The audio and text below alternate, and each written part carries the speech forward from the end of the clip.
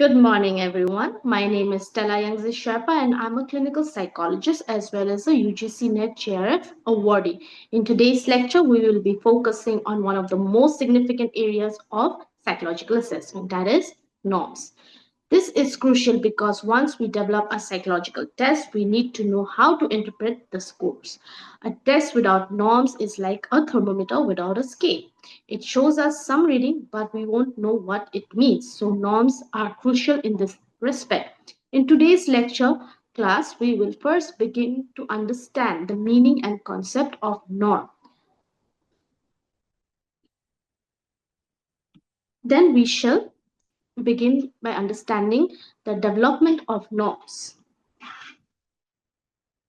Okay, here we will look into step-by-step process, how we define the target population, how we select a representative sample, and how we ensure standardized condition for test administration.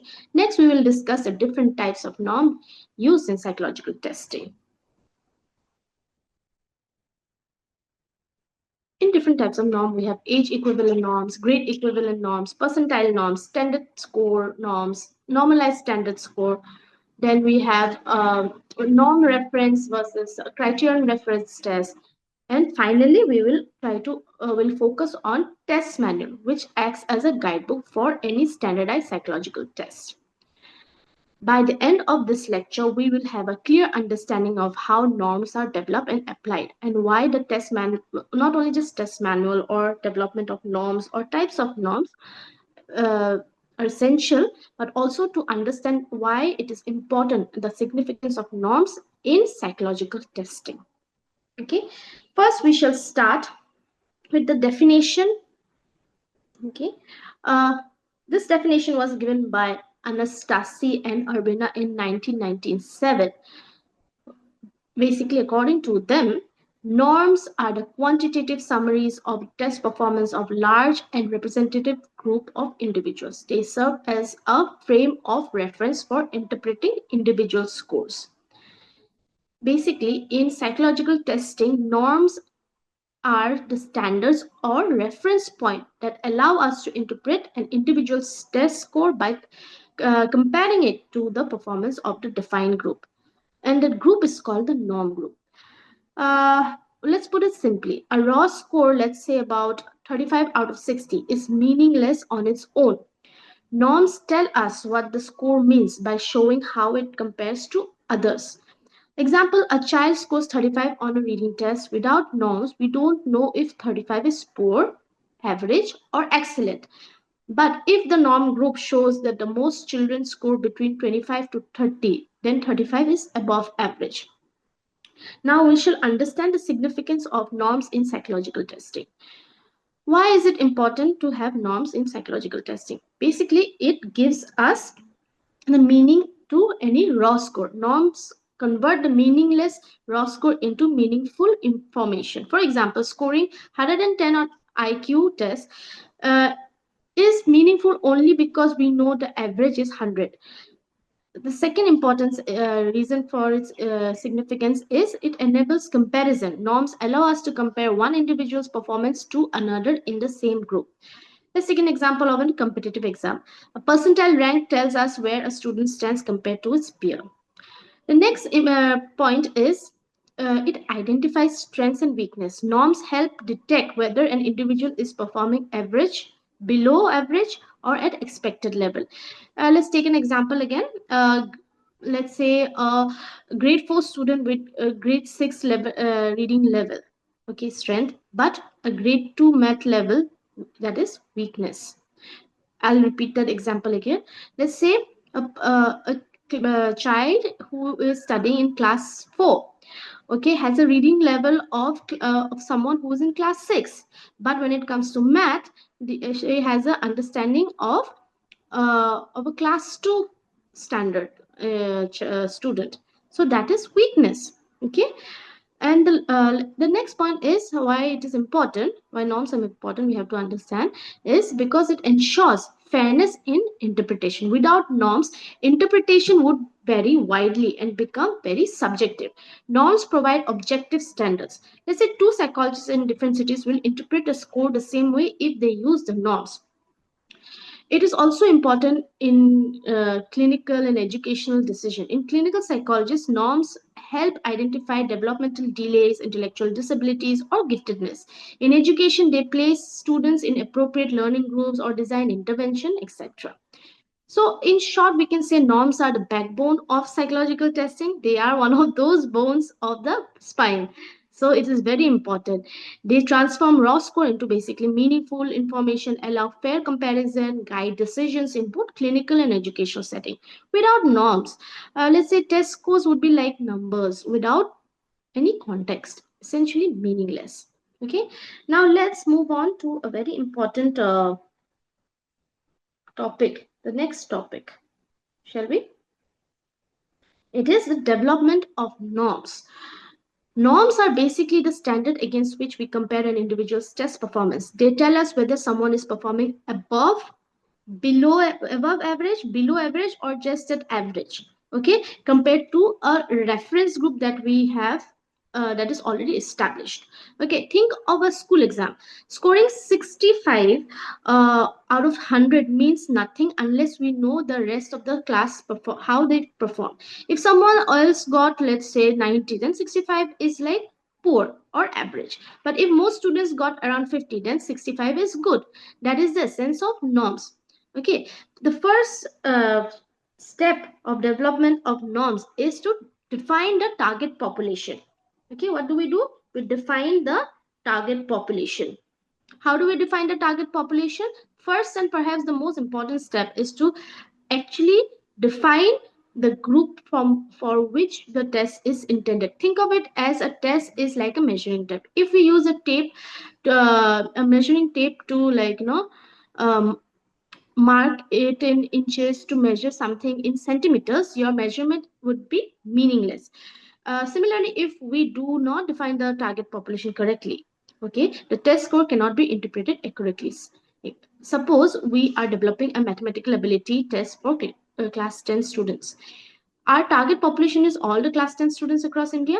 Okay, so this definition ensures that the norms we establish are relevant and representative of the group we want to measure. By clearly defining the target population, we make sure that our test is applicable and meaningful for the intended group, and we avoid misinterpretation of scores. The next step is to select the sample for the uh, target from the target population. Selecting the sample, okay, once we know what we want to measure, the next step is to select the representative sample of the entire, like, let's say, the entire pool of people or the population. A sample is a smaller subset, we all know this, of the population, and that should reflect the diversity of the entire group. This includes factors like geography, socioeconomic status, school types, gender, cultural background, etc. Let's take an example. If we only test elite private schools in Delhi, the norms we develop will not reflect students from rural towns in other cities, such as, like I said, we have Bihar, or we have in Arunachal. Okay. In other words, the results will be biased and non-generalizable. Okay. Therefore, carefully selected sample ensures that the norms are accurate and fair to the entire population. The next step is standardizing the condition. Standardizing condition for implementation. Basically, the final step is to standardize condition under which the test is administered. This is extremely important because any variation in the test condition can affect the results, leading to unfair comparisons. Standardizations ensures that the participants have equal opportunities to perform. This includes the same instruction, allowing the same amount of time, using the same materials, and the scoring it consistently. Okay, let me repeat. Standardization, which should include same instruction, it should allow the same amount of time, using the same material, and should be scored consistently. Imagine testing one group in a quiet, well-lit room while the other group is tested in a noisy, crowded room. The difference in scoring may not reflect the ability at all. It basically may reflect environmental factors. By carefully, like, let's say, standardizing the conditions, so we ensure that the differences in test scores reflect the true differences in ability, not any kind of external influence. Okay, let's summarize this. a bit. So to go back and see what are the steps, we have to define the target population that ensures relevance, then select the sample ensuring representativeness, standardizing condition ensuring fairness and accuracy.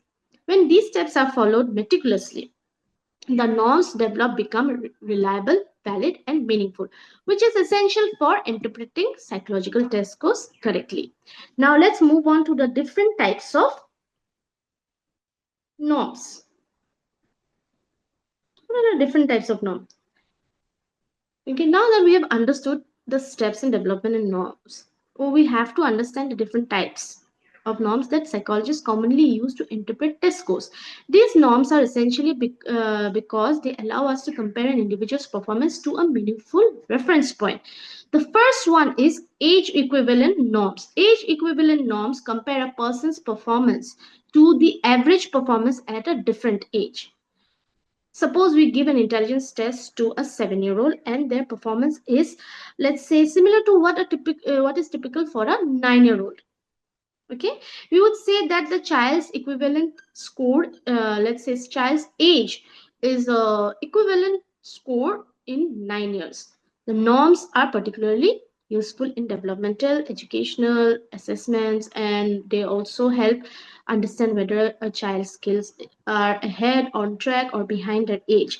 Think of it like tracking growth in height. Let's say if a 7-year-old is as tall as a average 9-year-old, you know that they are above the typical growth curve. Age norms do the same, but for abilities. Is it clear? So next we have grade equivalent norms. Grade equivalent norms are very similar to norms, but instead of age, they are based on school grade levels. Okay, grade equivalent norms are exactly, no, I won't say exactly same, but similar to age norms, but of instead of age, they're based on grade levels. Let's take an example. Let's take an example of a class 4 student. Okay, who takes a reading test and performs at a level of, let's say, typical that I've already said. So, let's say class 4 has a reading level of class 6. Okay, this indicates that their reading skills are 2 grades ahead of their current level. These norms are widely used in education settings to identify students who may need additional support or enrichment. So, while age norms focus on chronological age, grade norms align with performance with the expected curriculum level.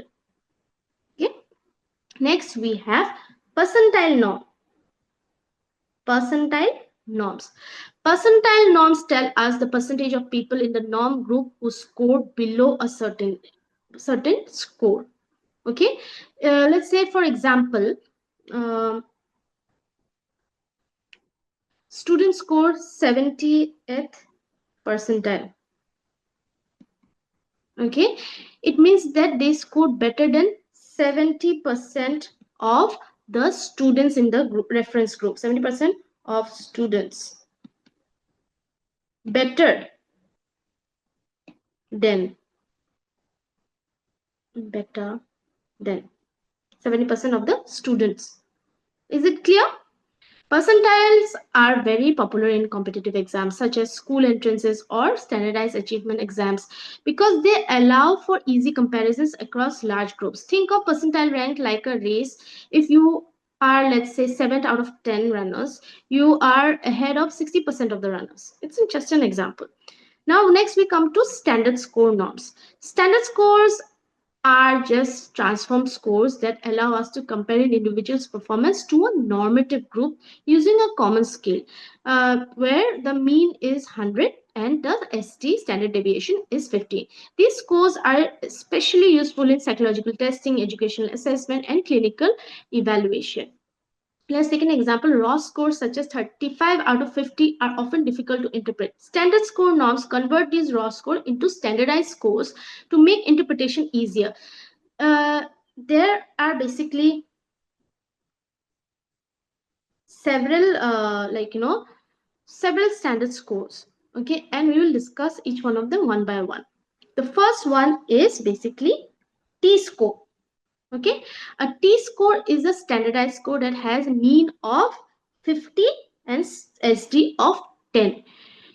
If you receive a T-score of 60, your SD would be 1 above the mean. Okay, this means your score is higher than approximately 84% of the population. It is basically commonly, it's generally it's used in psychological assessments such as personality tests, neuropsychological evaluation, or standardized any kind of educational testing. T-score allows for easier comparison across tests with raw scoring system by converting raw score into a common scale. Okay, this is the formula of T-score, that is 50, that is the mean, plus SD into Z. Z is the linear transform of a Z score.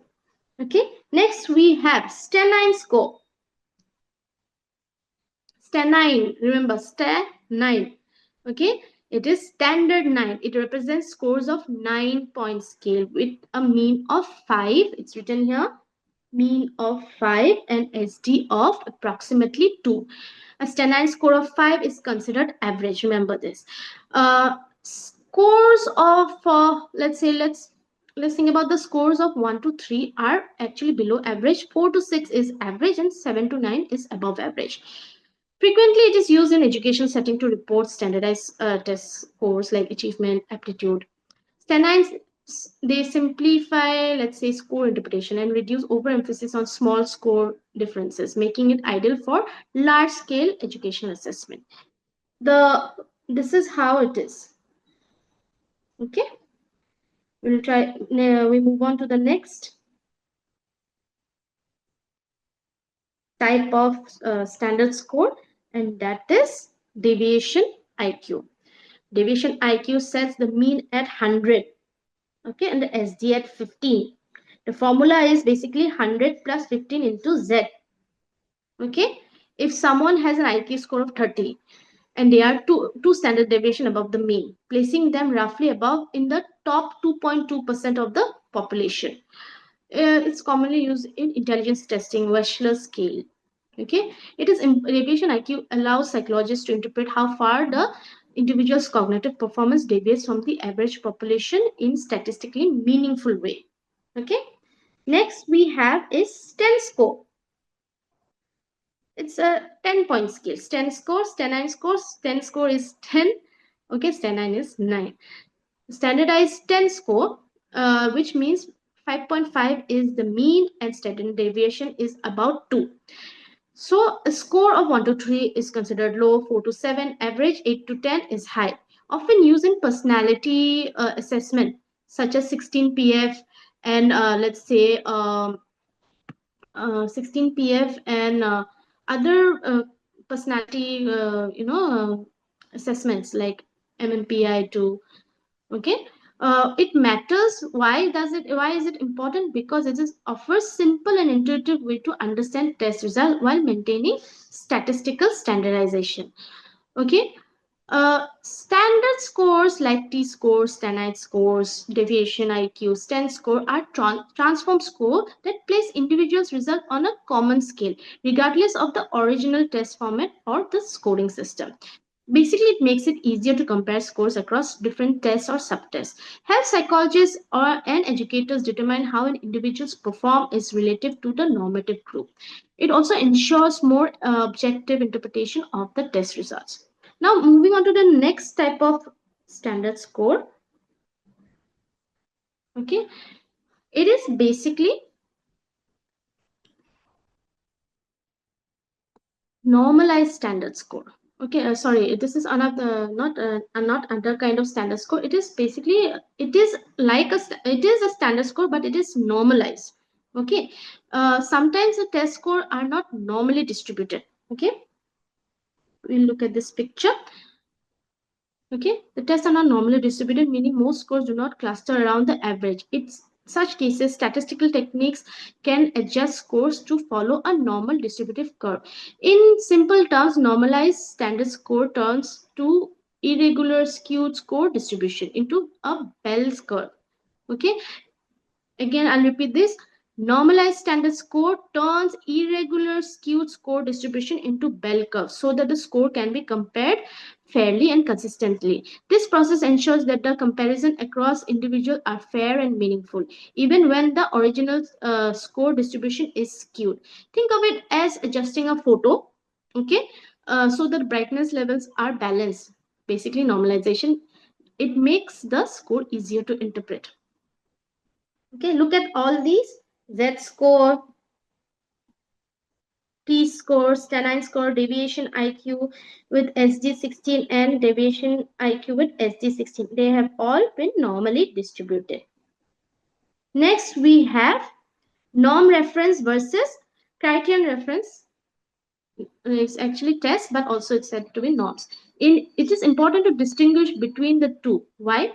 Norm reference tests are compared to an individual score to performance of the defined group. It is relative to the defined group, mostly in educational setting where exams are taken. Okay, someone might be scoring 60. Okay, the highest number is 60 out of 100. But if you only see 60 out of 100, we might think that it's not a good score. But in relative to the entire classroom, the most of them are scoring 40s and 50s. The 60s is a very good number, so it is relative. So this is what is this called? Norm reference test. Okay, they tell you where they stand compared to the general population. Criterion reference test is basically compare an individual score to a fixed standard or a criterion, not to other people's performance. Example, driving a test is criterion reference. Either you meet the standard to drive safely or you don't, regardless of how others perform. So norm reference ranks test ranks people, whereas criterion reference test measure mastery of a skill or knowledge. So in order to summarize the types of norms, we have to understand that age and grade equivalent norms help us understand developmental and educational level. Percentile helps us see relativity when it comes to standing in a group. Norm reference versus criterion reference tell us whether we are comparing to a group or a standard. Standardized scores and normal scores allow us to standardize raw score into fair comparison. Now, coming to the next very important part is test manual. Okay, we'll explore the development. We have already explored the development of norms and types of norm.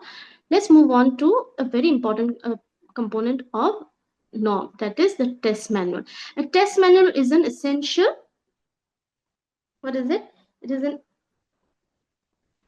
essential guidebook for psychological testing. It provides detailed instruction, explanation, and reference information to ensure that the test is basically administered, scored, and interpreted correctly. Think of it as a user manual for a complex device. Without this, the test would be misused and the results would become meaningless. Okay, what are the uses of test manual? Let's try to understand this. Okay. The uses of test manual ensures that proper and consistent use of the manual. The manual should ensure that every psychologist, examiners uses the test in a uniform way. Let's take example, two psychologists administering an intelligence test in different cities should get comparable results if they follow the manual exactly how it is, the instruction in the manual exactly. It also prevents misuse and misinterpretation. A test can be powerful but misleading if used incorrectly. The manual prevents this by providing guidance and correct procedures, interpretation, and also limitations. For example, without the manual, someone might, let's say, misinterpret a very high score on a memory subtest as an overall high IQ, which would be incorrect. Okay, next we have to understand information to be uh, contained in the manual. We have to know what are the information a test manual should have. A good test manual contains several critical pieces of information. The first one is dissemination of information. Basically, it specifies who can use the test. It is a trained psychologist, educators, researchers in what setting. Some clinical tests should only be administered by clinical or research setting and not casually in school or homes. Okay, the second is interpretation. Interpret, uh, Interpretation basically guides the manual guides the examiner how to read the scores and what they mean in the context. It includes examples such as case studies to show how to interpret different types of score. If a child scores at the 85th percentile in a reading comprehension, the manual will explain what it indicates about the performance related to its peer. Next is validity and reliability. Okay, it provides scientific evidence showing that the test is both accurate and valid. If a test measures intelligence, the manual will show that test actually measures cognitive ability and produces similar result if taken twice under the same condition. Okay, also the validity also ensures that the test is measuring what it claims to measure. Next, we have administration and scoring. It includes step-by-step instruction for administering the test. There is time limits, there's materials required, and what are the scoring procedures. Sorry. So for a memory test, the manual specifies how many times to present, in what order of presentation, timing, how much to score, correct versus incorrect responses, etc. Next, we have scales and norms. The manual provides tables, percentile ranks, T-score, IQ equivalents, and other reference data to help interpret raw score. A raw score of 35 on a vocabulary test may not mean much alone, but the manual shows that the examiner should convert it into a percentile and standard score for meaningful interpretation. In short, the test manual is also very important piece of information. It acts as a guidebook. Okay, it ensures the test is consistently interpreted correctly, and also the results are valid and reliable. It contains all the necessary information, including who can use the test, how to administer and score it, how to score it, how to interpret it, and apply the norms effectively. Think of it as the test is the tool and the manual is the map that helps you to use the tool effectively to reach meaningful conclusion. Okay, if you purchase Wechsler's adult intelligence scale, okay, the manual tells you to give the test, how to calculate the raw score or the scale score, what an IQ of 115 mean compared to the norm, and also the evidences that the test is reliable and valid across cultures. So to summarize today's lecture, the norm, we have to understand norms are also one of the backbone or the bones of the spine, let's say that, of test interpretation. Without norms, test scores are meaningless. We saw the steps of developing norms and the different types of norms such as age, grade, percentile, standard score. We also understood the difference between norm reference and criterion reference test. Okay, finally, we discussed the importance of test manual, which ensures correct interpretation and reliability of a test. Okay, we have to remember that psychological test is only good as its norms and manuals. Without them, we risk misinterpreting it. Okay, misinterpreting the test responses or human behavior. Now, I have prepared some MCQ. Okay, let's go through them one by one. The first is, in psychological testing, what do norms primarily provide? A standard for scoring individual test items. B, a reference framework to compare an individual score with a group. C, a guarantee of reliability in tests. Or D, statistical method of calculating validity. It is not D, it is not C. What is it? What is the answer? Is it A standard of scoring individual test items, or is it reference framework to compare norms, individual scores with a group? It is B, basically. It is not even A. Okay, because reference framework to compare an individual score within a group. Okay, the next question is, if a 10-year-old scores at an age equivalent of 12 years on a intelligence test, what type of norm is being used? Is it grade equivalent norm? Is it percentile norm? Is it age equivalent norm? Or is it a standard score norm? So again, if a 10-year-old scores equivalent of 12-year-old, so there's age mentioned, so it is age equivalent norms. It is not grade equivalent. We are not talking about grades. We are not talking about any kind of percentile, whether it's how many people lies below that score. We are not even talking about standard score. We are not converting the raw score. Next, we have a student scores 85 percentile on a standardized test. What does this mean? Okay, a student score higher than 85% of the test items. The students score exactly 85% marks. Students score higher than 85% of the students in the norm group, or students score 85 points above the average. What is it? Remember the definition. Basically, the student about percentile. The student, it's C. The student scored higher than 85% of the student in the norm group. Okay, this C. Okay, because percentile is about how many students, how much you have scored. The students score higher than how many, or how many students lie below that percentage or that percentile. All right. Okay, now we have come to the end of our lecture class. Thank you.